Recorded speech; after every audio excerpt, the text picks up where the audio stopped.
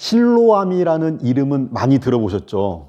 유명한 찬양도 있고 굉장히 잘 알려져 있는데 북이스라엘을 아수르가 점령을 했어요. BC 722년에 북쪽에 있는 북이스라엘을 먼저 침략을 하고 아수르는 오늘날의 시리아입니다. 그러니까 더 북쪽에 있는 곳이죠.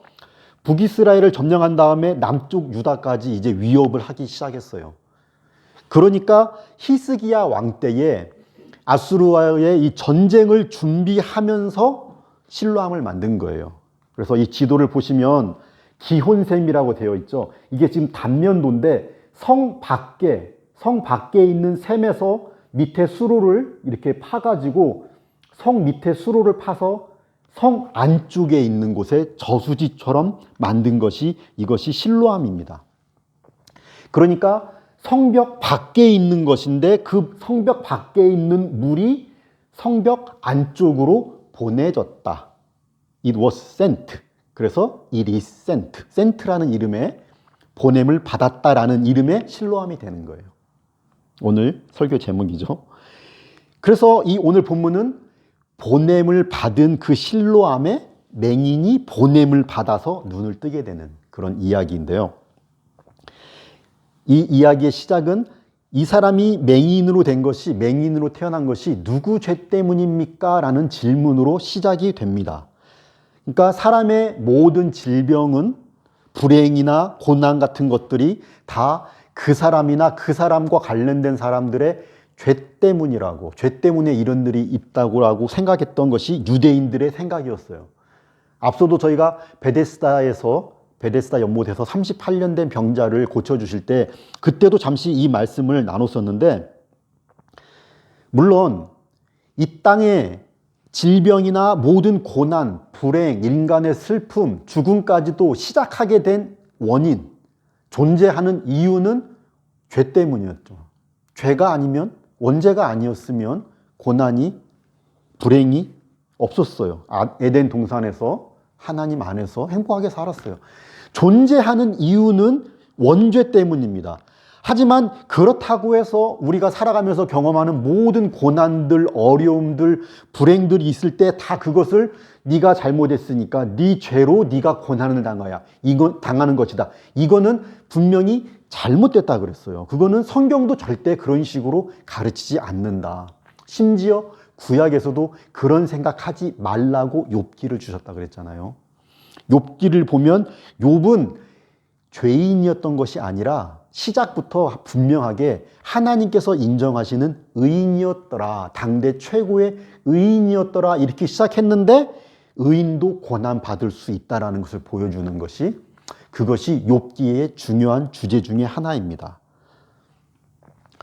잘 아시는 것처럼 욥은 자기 재산도 다 잃었고 사랑하는 자녀들까지 다 잃었고 심한 피부병까지 있어서 기와장으로 긁어야 되는 그런 상황이 됐는데도 불구하고 하나님께서 마지막까지 왜 그랬는지 이유도 안 가르쳐 주세요. 이유 안 나와요. 그러니까 욥은 몰라요. 욥에게는 가르쳐 주지 않습니다.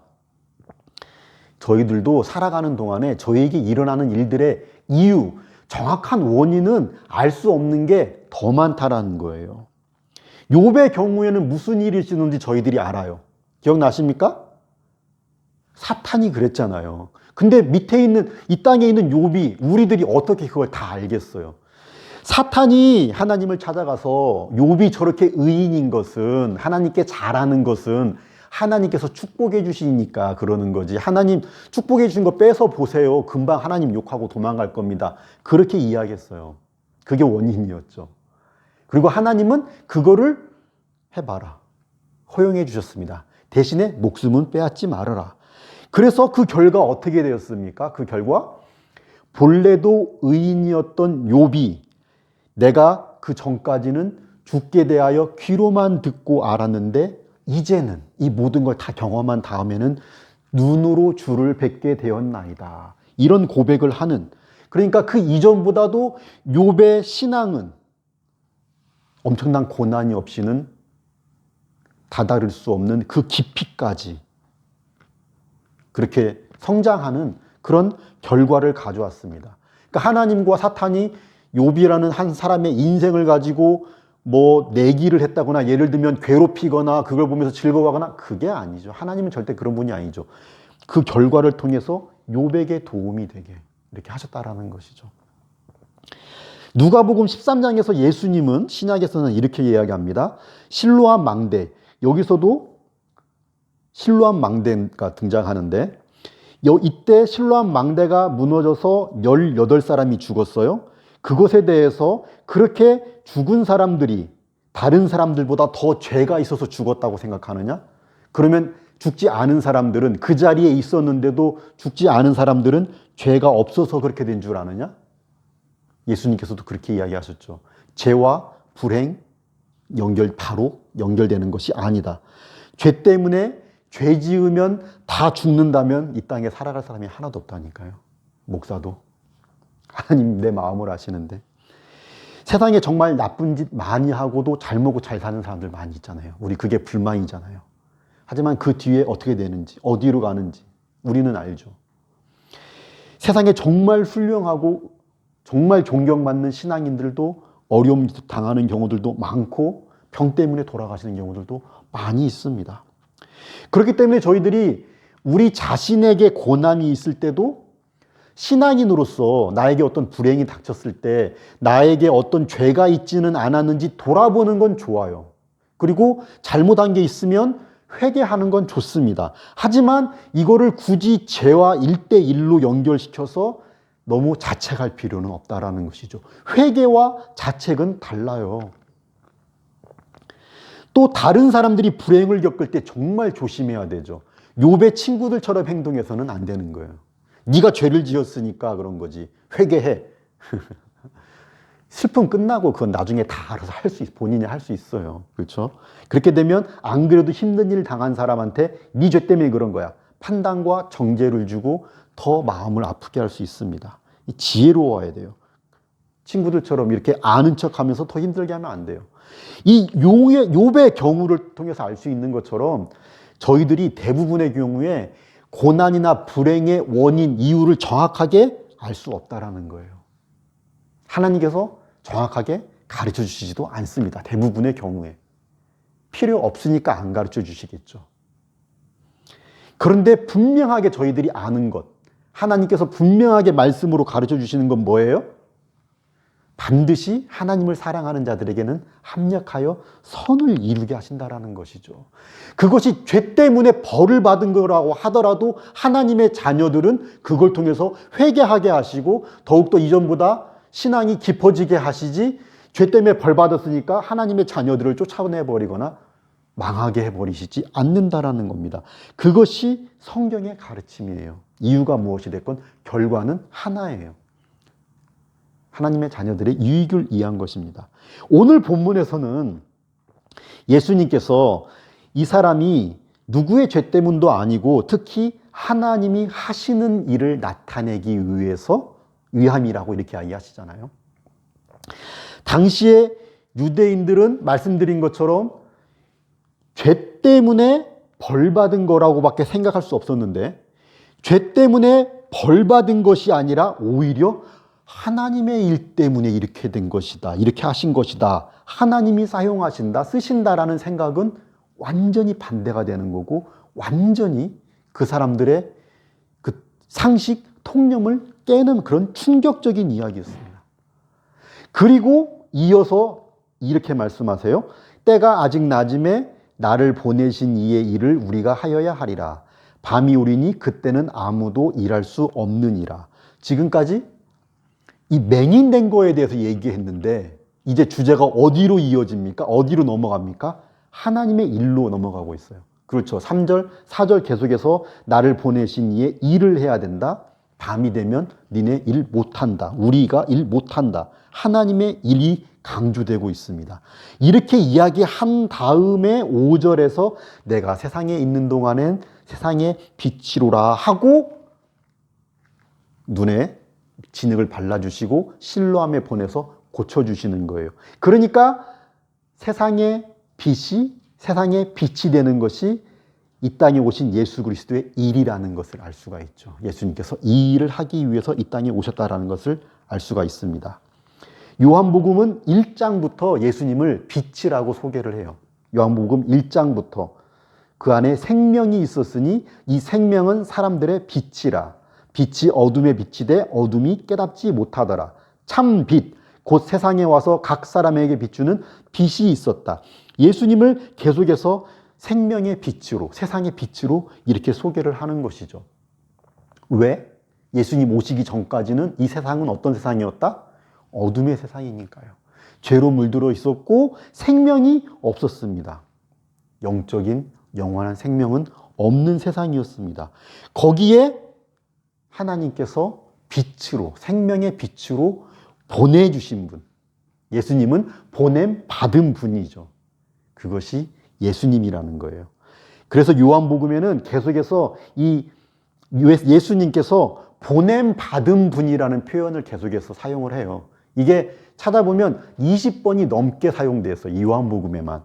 대표적인 걸 보면 요한복음 4장이면 사마리아 여인을 만나신 다음에 제자들이 음식을 구하러 갔다가 돌아왔을 때 예수님께서 이렇게 말씀하십니다. 나의 양식은 나를 보내신 이의 뜻을 행하는 것이다. 그러니까 예수님은 보냄 받은 사람이다. 나를 보내신 이의 그 일을 온전히 이루는 것이 내 양식이다. 그래서 하나님의 일을 하는 것이 중요하다는 것. 보낸 분이 있고 보냄을 받은 사람이 있다. 그러면 보낸 이유가 있겠죠. 그 일을 하는 것이 중요하다라는 것을 강조합니다. 그러니까 오늘 본문에서는 먼저 알아야 되는 것은 보냄을 받았다라는 의미의 이 실로암이 뭘까요? 무엇을 상징할까요? 예수님을 상징하는 거예요. 보냄 받으신 분, 예수님. 맹인이 실로암, 보냄 받은 곳에 가면 거기서 눈이 띄어졌다. 거기 가서 눈이 띄어졌다. 빛을 얻었다. 예수님께서는 이 세상에 생명의 빛을, 세상에 빛을 주기 위해서 하나님의 그 일을 하기 위해서 이 땅에 보냄을 받은 메시아다. 요한복음에는 예수님이 메시아라는 사인, 표적이 몇 개 있다 그랬습니까? 7개. 행운의 숫자 7이 아니라 성경에서는 완벽한 숫자 7개, 이 7. 그 7개의 예수님이 메시아라는 표적 중에서 이번이 6번째 표적이에요. 그래서 또 앞절에 보니까 때가 아직 낮음에 나를 보내신 이의 일을 우리가 하여야 하리라. 밤이 오리니 그때는 아무도 일할 수 없느니라 그러셨는데 이 말씀을 영어로 보면 좀 더 의미가 명확해져요. 그래서 여기에 must가 써 있는 거죠. must가. 하나님의 일을 해야 되는데 must, we must do, we must work. 이렇게 must는 뭡니까? 반드시 해야만 된다. 한국말로는 하여야 하리라. 이렇게 되면 좀 애매해지는데 must, 우리가 해야만 한다라고 그렇게 강조하고 있습니다. 명확하게. 그래서 예수님께서 보냄을 받은 자로서 보냄받은 그 이유와 목적에 충성하며 사셨다는 것을 저희가 알잖아요. 그렇죠? 예수님의 생애는 must, 하나님의 일을 위해서 완전히 드려진 생애였어요. 그런데 이 본문을 보면 지금 must의 주어가 뭡니까? must라는 동사의 subject, 주어가 뭐예요? 예수님만 세상에 비치고 예수님만 하나님의 일을 해야만 하는 분이 아니라 must의 지금 주어가 우리예요. we예요. I가 아니라 we라고 되어 있다는 것이죠. 예수님께서 세상의 빛, 생명의 빛을 주시기 위해서 하나님으로부터 보내심을 받은 분이라면 이것이 진리죠. 예수님이 생명의 빛이라는 게 그게 복음이고 진리잖아요. 그거를 믿는 우리 성도들도 예수님께서 뭐라고 하셨어요? 너희는 세상의 빛이라. 너희는 세상의 소금이다. 너희는 세상의 빛이라고 말씀하셨죠. 예수 그리스도를 믿는 이 진리를 믿는 우리들도 예수 그리스도로부터 보냄받은 이 땅에 제자들이라는 겁니다. 그래서 우리들도 우리가 must 하나님의 일을 해야만 한다라는 거예요. 예수님을 믿기 전에는 저희들도 믿기 전에는 영적인 눈이 없었죠. 영적인 건 몰랐죠. 영적인 생명이 없었습니다. 그런데 예수님을 믿고 보냄 받으신 실로암이신 예수님을 믿고 영적인 눈이 띄어졌어요. 영적인 생명이 저에게 있습니다. 그래서 우리가 거듭났다고 해요. 거듭났다고. 그렇잖아요. 거듭났다면 그렇다면 그 이전과 거듭나기 전과는 완전히 다르죠. 그러니까 이제는 눈에 보이는 것만 위해서 살지 않아요. 영적인 걸 알아요. 그러니까 영적인 거 모르는 사람들처럼 눈에 보이는 것만 위해서 이 땅을 위해서만 살아가는 것이 아니라 진짜 더 중요한 것, 눈에 안 보이지만 정말 정말 중요한 진리와 영원한 그 생명을 위해서 must 하나님의 일을 위해서 살아야 한다라는 것이죠. 오늘 본문은 이 4절 말씀은 강조합니다. 밤이 온다. 예수님께서 강조해 주시는 거예요. 일에 대해서 말씀하시면서 밤이 오리니 그때가 되면 아무도 일할 수 없다. 할 수 있을 때 해야 된다. 보냄을 받았을 때 해야 된다라는 말씀을 하는 겁니다. 여러분, 이 땅을 살아가는 사람들에게 특히 저 캐네디언들한테 들었는데 피할 수 없는 게 두 가지가 있다고 해요. 우리 잘 알죠? 그 누구도 피할 수 없는 것. 첫째 뭡니까? 우리가 사람이 절대 피할 수 없는 것. 죽음이죠, 죽음. 또 하나는 뭘까요? 텍스라고 얘기하네요. 텍스, 캐나다는. 네. 우리 학생들 텍스 안 내는 것 같아요? 음료수 하나만 사도 다 텍스 내고 살잖아요, 우리가.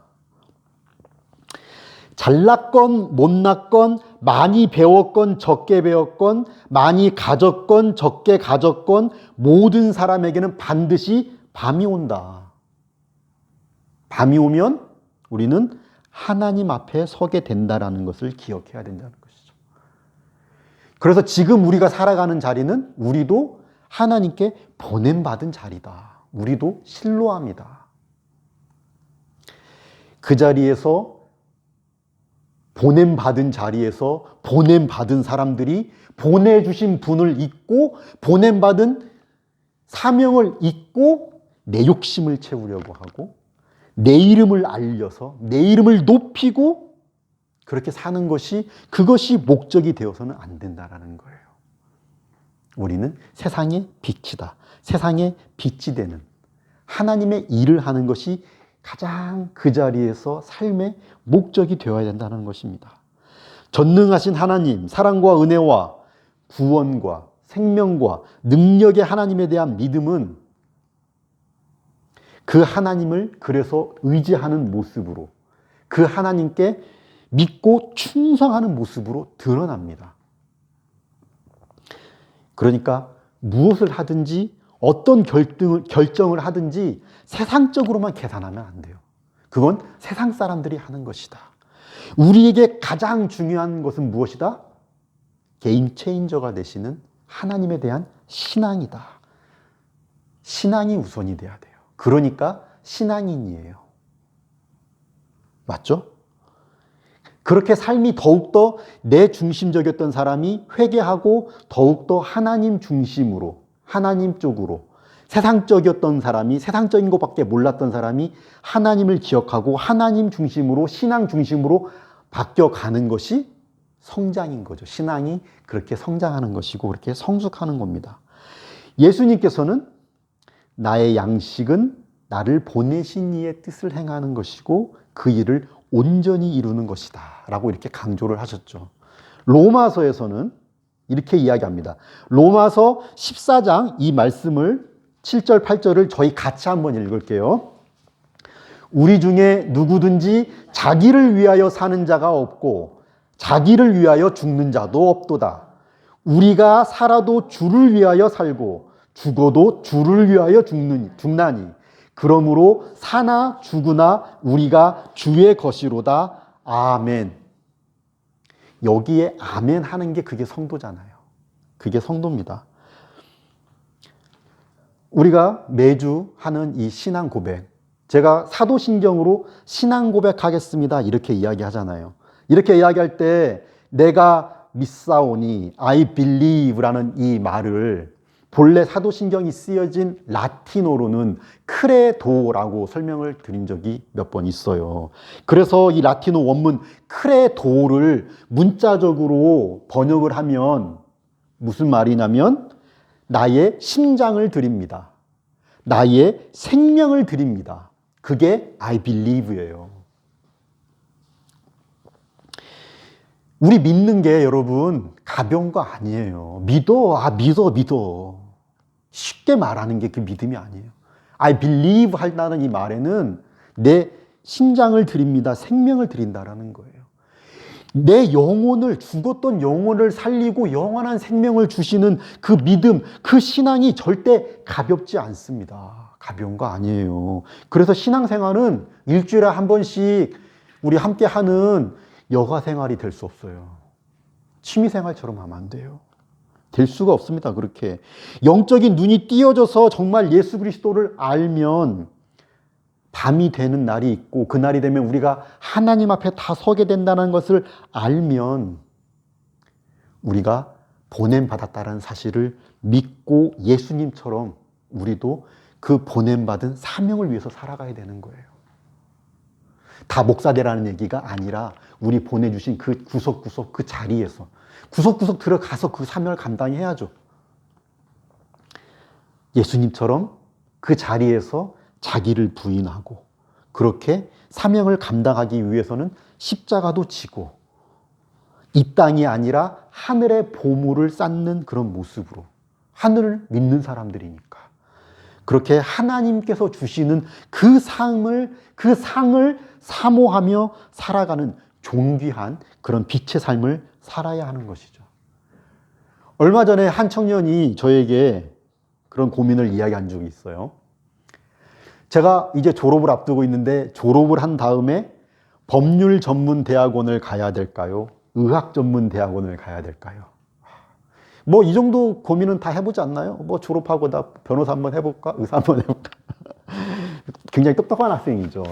그런 고민하는 걸 봤는데 우리 비슷한 고민들 많이 하잖아요. 졸업 앞두고 다들.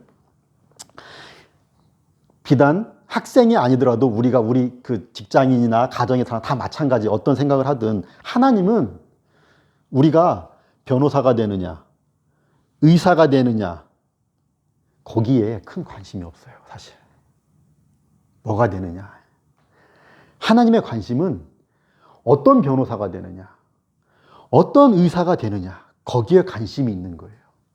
다른 것도 마찬가지죠. 왜 그걸 하려고 하고 무엇을 위해서 그것을 하려고 하고 그래서 어떤 모습으로 그걸 하느냐가 중요한 거예요. 신앙인으로서 신앙으로 그걸 선택하고 신앙으로 그 길을 가고 하나님의 일을 하느냐 아니면 자기를 위해서 하느냐 거기에 그게 다른 거예요. 그게 중요한 거예요. 무슨 일을 하든지 우리는 하나님 1번입니까? 2번입니까? 하나님 무엇을 해야 되죠? 무엇에 관심이 있어요? 그런데 하나님은 네가 어떤 존재가 되느냐 어떤 사람으로 어떤 모습으로 살아가느냐 거기에 관심이 있는 거예요. 신앙인은 그게 중요한 거예요. 변호사가 되든 의사가 되든 다른 뭐가 되든 심지어 목사가 됐는데도 자기밖에 모르고 돈밖에 모르고 영적으로는 장님이라면 하나님 앞에서 똑같은 거죠. 영적인 장님인 의사, 영적인 장님인 변호사, 영적인 장님인 무엇. 결국은 장님이에요. 하나님 앞에서. 똑같은 거예요. 그러면 밤이 되면 어떻게 되는 거예요? 다 모이는 거예요. 밤이 되면 믿지 않는 사람들이 가는 곳에 다 가는 거죠. 많이 배웠건 적게 배웠건 많이 가졌건 적게 가졌건 그 사람들만 가는 곳이 있겠죠. 똑같은 거예요. 결국이. 반대로 무엇이 되었든 무엇을 하든 어떤 직업을 가지든 어떤 자리에서 살던 그 자리가 내가 보냄받은 자리라는 사실을 알고 보내주신 분을 기억하면서 한 달란트 받았으면 한 달란트만큼 최선을 다하고 충성하면 하나님께서 100점. 두 달란트 받았으면 두 달란트 받은 대로 하나님 앞에서 충성하면 100점. 5달란트 받은 사람은 많은 받은 사람한테는 많이 구한다고 하셨어요. 하나님께서 5달란트 받은 사람은 5달란트 받은 대로 충성하면 100점. 얼만큼 배웠냐, 얼만큼 가졌냐가 중요한 것이 아니라 하나님께서 봤을 때는 영적인 눈이 뜨여진 하나님의 자녀라는 사실이 중요한 거죠. 그러면 이 사람들은 밤이 되면 어떻게 돼요? 이 사람들이 가는 장소가 있겠죠. 이 사람들만 만나는 것이. 결과는 똑같은 거예요. 하나님 앞에서는. 어디일까요, 그게? 아버지의 집이겠죠? 아버지의 뜻대로 행하는 자라야 아버지의 집에 가는 거예요. 오늘 본문이 있는 이 요한복음 9장은 41절까지 있어요. 41절까지 한 이야기예요. 41절까지. 저희가 본 것처럼 이 맹인이 눈을 뜨는 이야기로 시작을 하잖아요. 근데 이건 7절이면 다 끝나요. 7절이면 다 끝나는데 심지어 그 7절 안에도 저희가 본 것처럼 하나님의 일을 강조하는 이야기가 들어가 있잖아요. 눈 뜨는 이야기만 있는 게 아니잖아요. 이 뒤로도 계속해서 41절까지 영의 눈을 뜬 다음에는 그러면 7절에서 이미 눈이 띄어졌는데 눈이 띄어진 사람은 어떻게 살아야 하느냐, 그 이야기를 41절까지 하는 겁니다. 베데스다 연못에서 고침을 받은 사람과 이 모든 주석가들이 다 이렇게 대조를 하는 걸 볼 수가 있는데, 베데스다 연못에서 고침 받은 사람을 보면 예수님께서는 마음을 다 아시는 분이니까, 모든 걸 다 아시는 분이니까 우리는 알 수 없지만 예수님께서 이 사람은 자기 죄로 병을 얻었다 그랬어요. 자기 죄로 병을 얻어서 38년이라는 그 긴 시간 동안 고난을 당했습니다.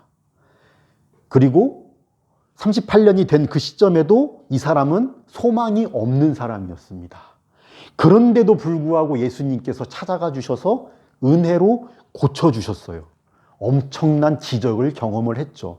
그런데 그때도 제가 말씀드렸지만 그럼에도 불구하고 이 사람은 몸은 치유를 받았는데 영적인 변화는 하나도 없었어요.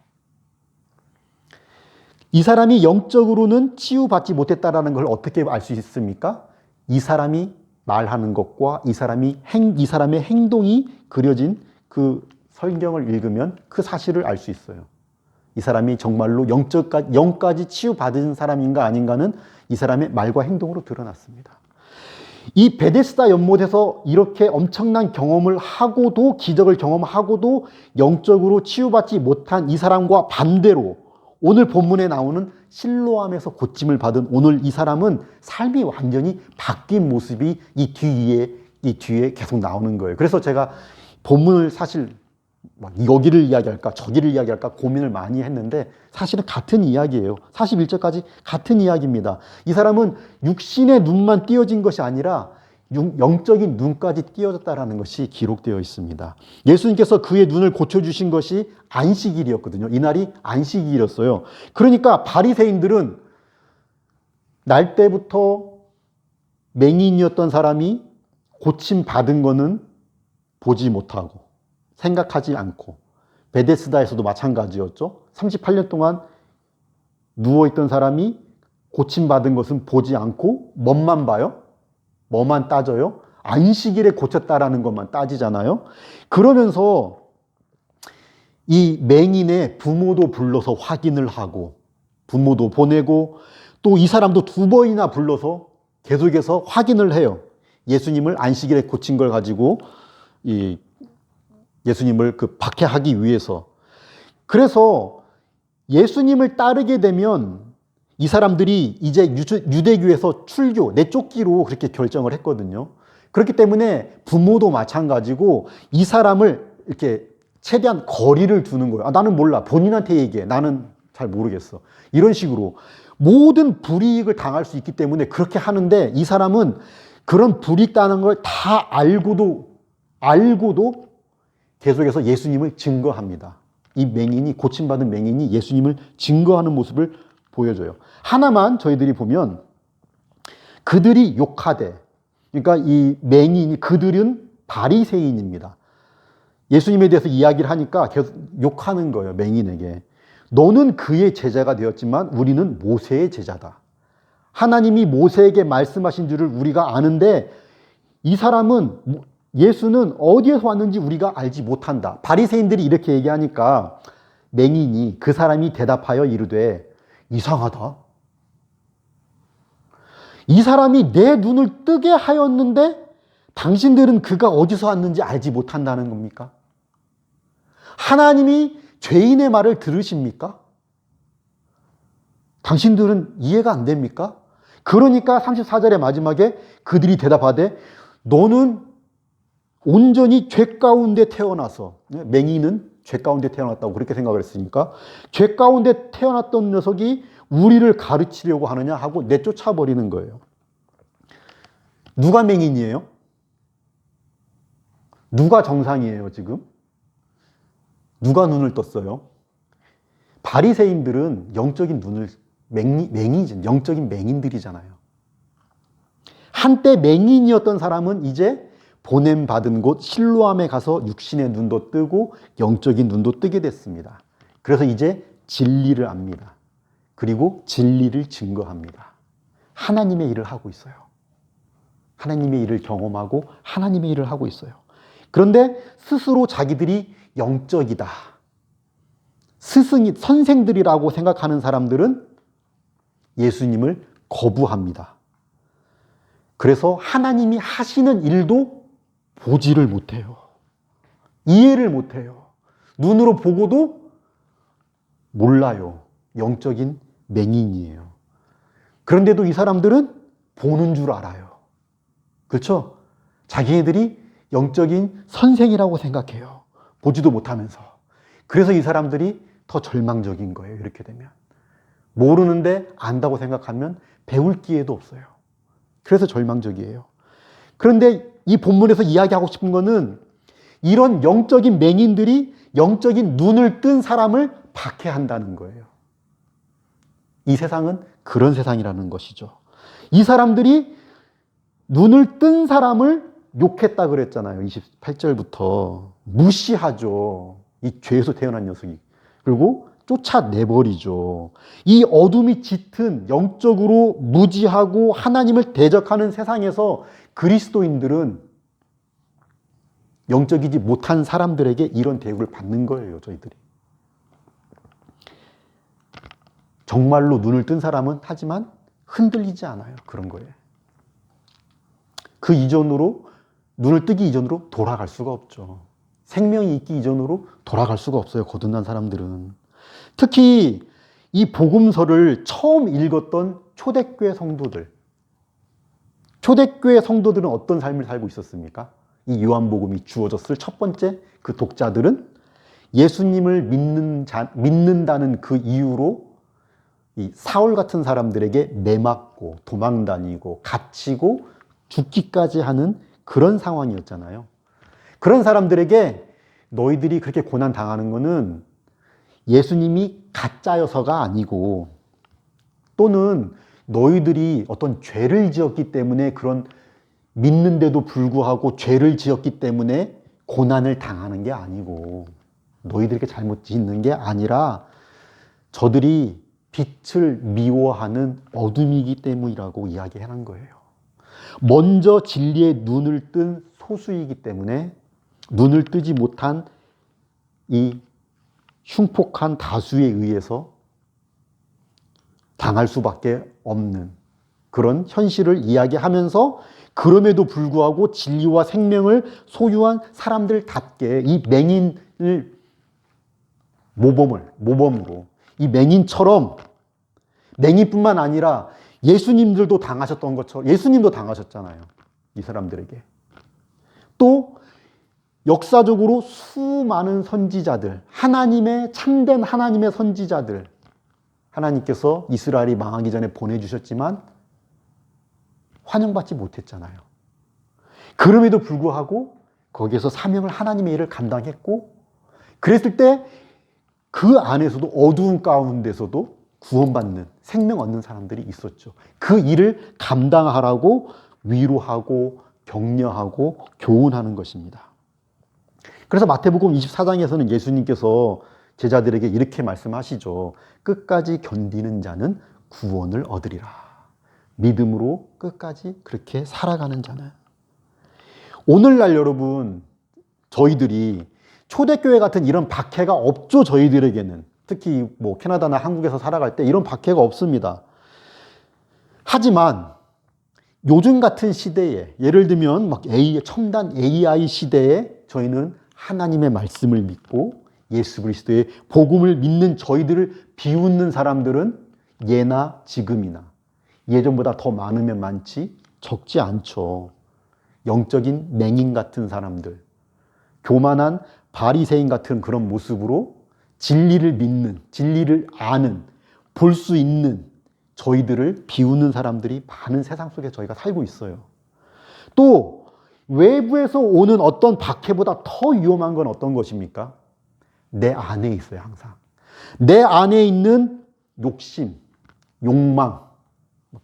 너무나 세상에 화려한 게 너무 많고 달콤해 보이는 게 너무 많아서 우리도 막 그거 막 따라 하고 싶고 우리도 그런 유혹은 더 많아진 시대예요.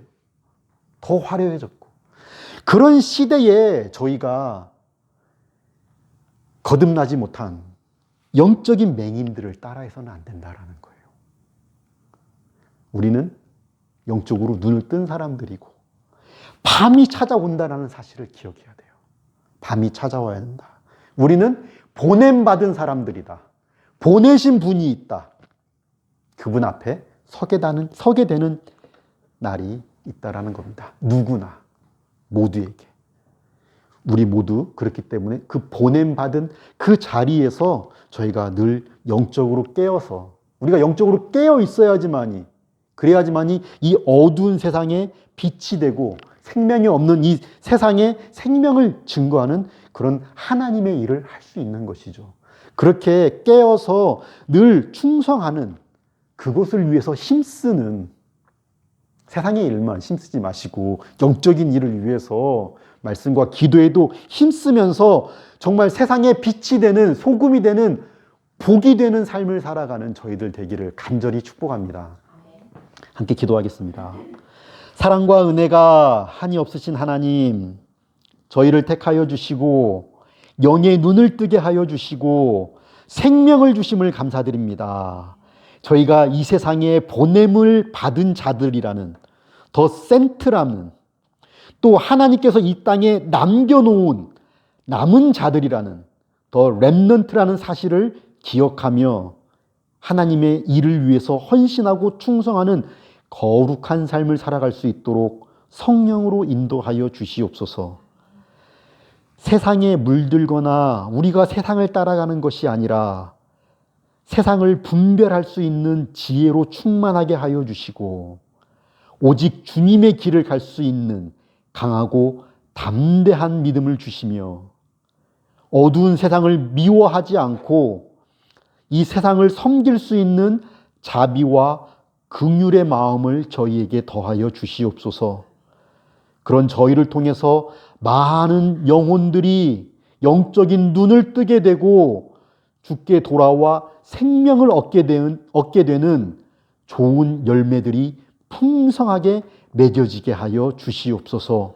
예수님의 이름으로 기도드립니다. 아멘.